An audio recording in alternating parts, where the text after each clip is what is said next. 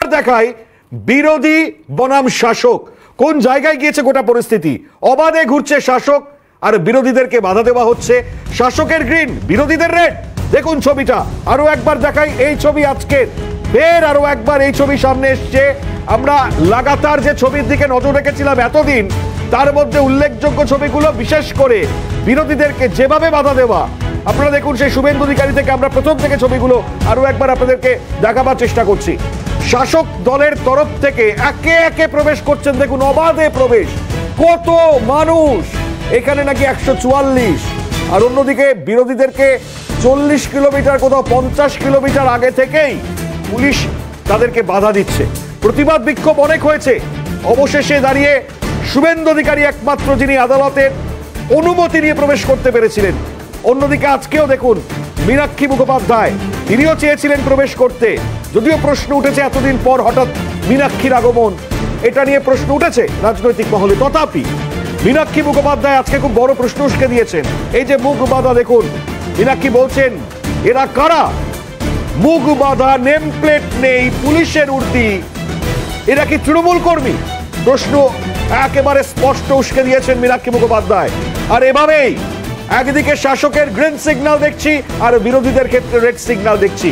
সন্দেশখালী থেকে শান্তি ফিরবে, যে মন্তব্য আমরা কিছুক্ষণ আগে তৃণমূলের দুই প্রতিনিধি যারা গিয়েছিলেন, বা বলা ভালো মন্ত্রীদ্বয়, তাদের মুখ থেকে যারা গ্রামের মানুষজন প্রশ্ন তুলছিলেন, অভিযোগ করছিলেন, তখন তাদেরকে একটা রাজনৈতিক দল নাম না করে হলেও দাগিয়ে দেওয়া, এটা কি বড় প্ররোচনা নয়? আদৌ কি শান্তি ফিরবে? আর যে ক্যাম্প হচ্ছে, এই ক্যাম্প কারা করছে? তৃণমূল নাকি এ রাজ্যের সরকার? এখনো এ নিয়ে দ্বন্দ্ব রয়েছে। শাসক দল বলছেন তারা করছেন, আবার কখনো আমরা শুনতে পাচ্ছি যে মন্ত্রীদেরকে পাঠাচ্ছেন সেখান থেকে তারা নাকি সমস্ত ব্যবস্থা গ্রহণ করবেন। আমরা বুঝতে পারছি না। আমরা এখনো পর্যন্ত সন্দেশখালী নিয়ে গোটা তৃণমূল কংগ্রেসের ভূমিকায় সন্দিহান, কারণ তাদের মন্তব্যে তারা একবার হাত জোড় করে বলছেন যা হয়েছে ভুল হয়েছে, ভুলে যান। তারা বলছেন সমস্ত কাজ করবেন। আমরা আজকেই শুনিয়েছি, আপনারা দেখেছেন পার্থ ভৌমিকের মন্তব্য একেবারে সরাসরি। আজকে দেখেছেন রাজ্য পুলিশের ডিজি গিয়ে তিনি বলছেন মানছেন ভুল হয়েছে কোথাও।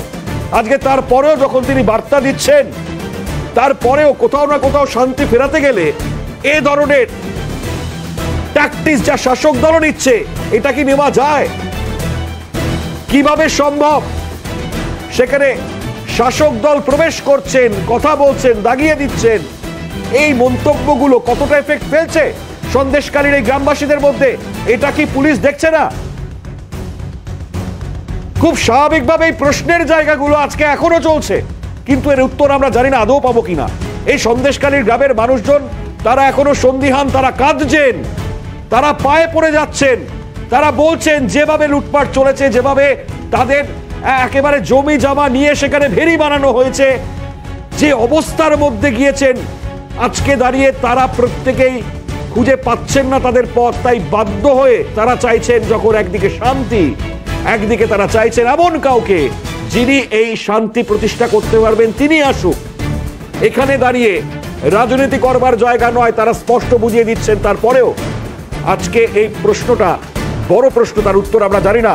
তৃণমূল কংগ্রেসের যারা প্রতিনিধি হিসেবে যাচ্ছেন, আবারও বলছি মন্ত্রীদ্বয়, দুজন মন্ত্রী, যদি আমরা মন্ত্রী বলি তাহলে এদের বড় ভূমিকা থাকবে, এদেরকে ছাড় দেওয়া হতে পারে কারণ তারা মন্ত্রী।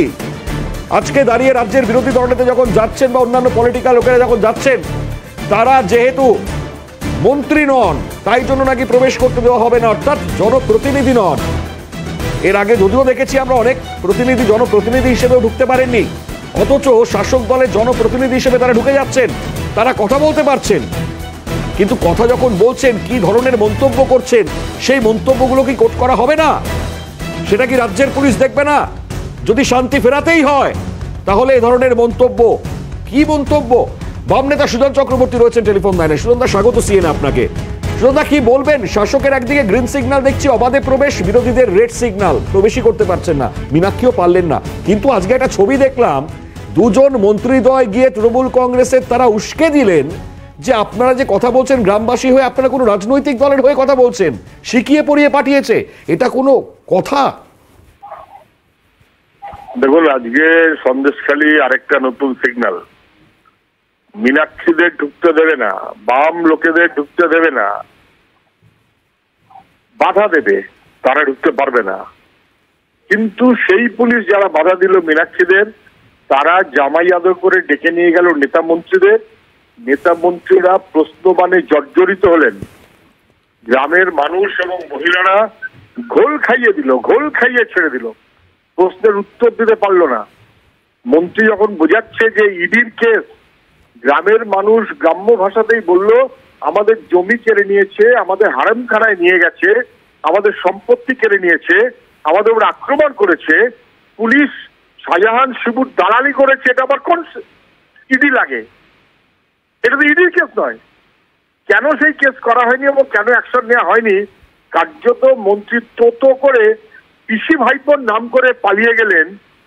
লোকে বুঝে গেছে যে শেখ শাহজাহান কিংবা শিবু হাজরা মানে 25-75-এর ভাগাভাগিতে তৃণমূলের নেতাদের কাছে টাকা পৌঁছে দেওয়া, সেই টাকায় ডায়মন্ড হারবারের ভোট কেনার ব্যবস্থা করা পশ্চিমবাংলার বিভিন্ন জায়গার, এবং সেই কারণে কার্যত শিবু শাহজাহানদের কাছে কেনা গোলাম হয়ে রয়েছে নেতা মন্ত্রীরা।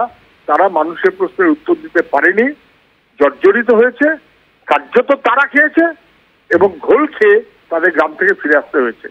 যেন বুঝে নেয় এইটাই সিগন্যাল। সুজন দা, লক্ষ্মীর ভান্ডার দেন বলেন কি আমার মা বোনেদের সম্মান নিয়ে খেলবেন? এটা গ্রামবাসীরা বলছেন, আর বলছেন মমতা বন্দ্যোপাধ্যায় যদি এখন আসেন তো ভস্যে ঘিরালা হবে।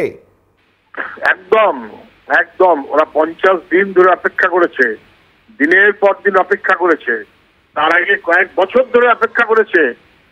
উল্টে মমতা ব্যানার্জিরা পুলিশ পাঠিয়ে গ্রামের মানুষকে ঠান্ডা করেছে, মহিলাদেরকে কেস দিয়ে নিয়ে চলে গেছে, বাড়ি ছাড়া করেছে।